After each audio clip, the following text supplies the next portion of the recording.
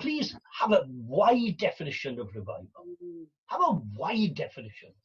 Again, I note the silent revival in the 1970s in Wales.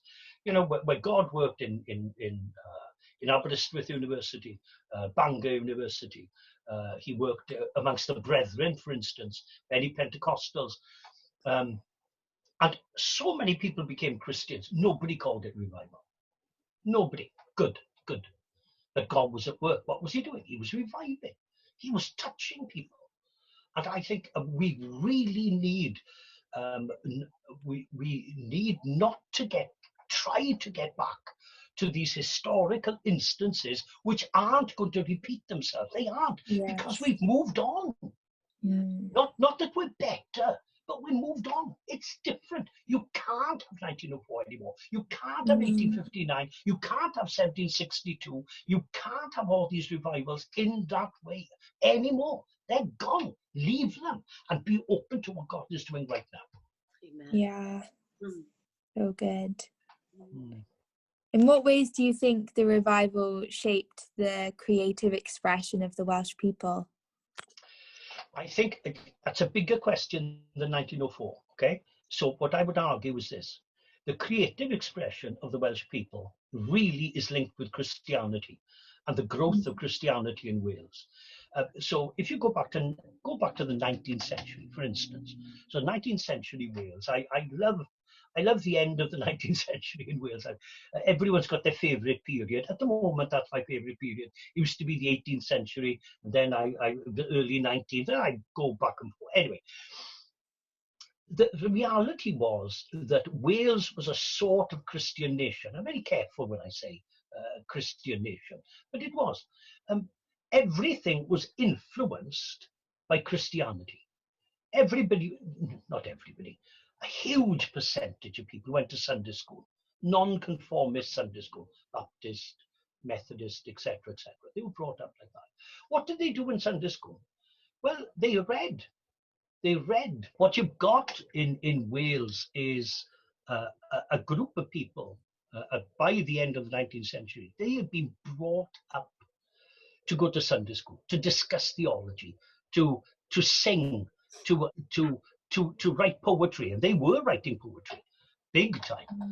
There were many great poets. There were Eisteddfodau, where people would do the poetry, etc., etc. Most of it was Christian, and the nation itself was creative because of the influence of Christianity, and that's where you get the work. I love the idea, you see, of the working class Christian. And the working class Christian, let me give you a caricature of the working class Christian. Say a miner working in the valleys, all right? Well, he would go to chapel on Sunday. He would be literate.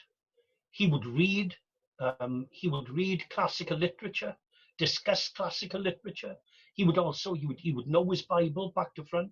He would be involved in singing. Very often at the end of the 19th century, he was getting involved in the union movement for social justice. They would go, it's worth going to St. Fagan. And if you go to St. Fagan, go to the Working Men's Hall. You know the Working Men's Hall in St. Fagan. Look at the books, because the books are original. Look at the books, and you think, what? Working men reading these? Yes, absolutely. There was a literate society in Wales, and we've lost a lot of that. We've lost. The working class has become less literate because there's less chapel. And I really do believe that many. You take Dylan Thomas. Dylan Thomas. Dylan Thomas wouldn't call himself a Christian in that sense, but lots of what he says comes out of a Welsh religiosity, which is incredibly creative.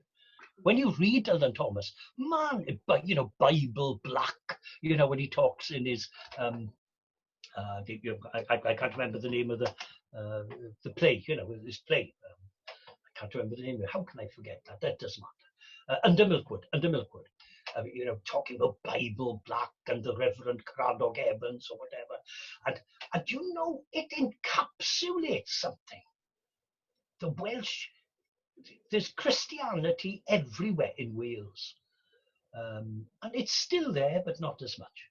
It's still there, but not that much. It's part of it in the soul of Wales. But maybe what's needed is that again, and I go back to an earlier illustration, that needs to be lit again with an imaginative, present work of the Spirit that could set that alight in whatever that might mean in the 21st century. Oh, it's really good.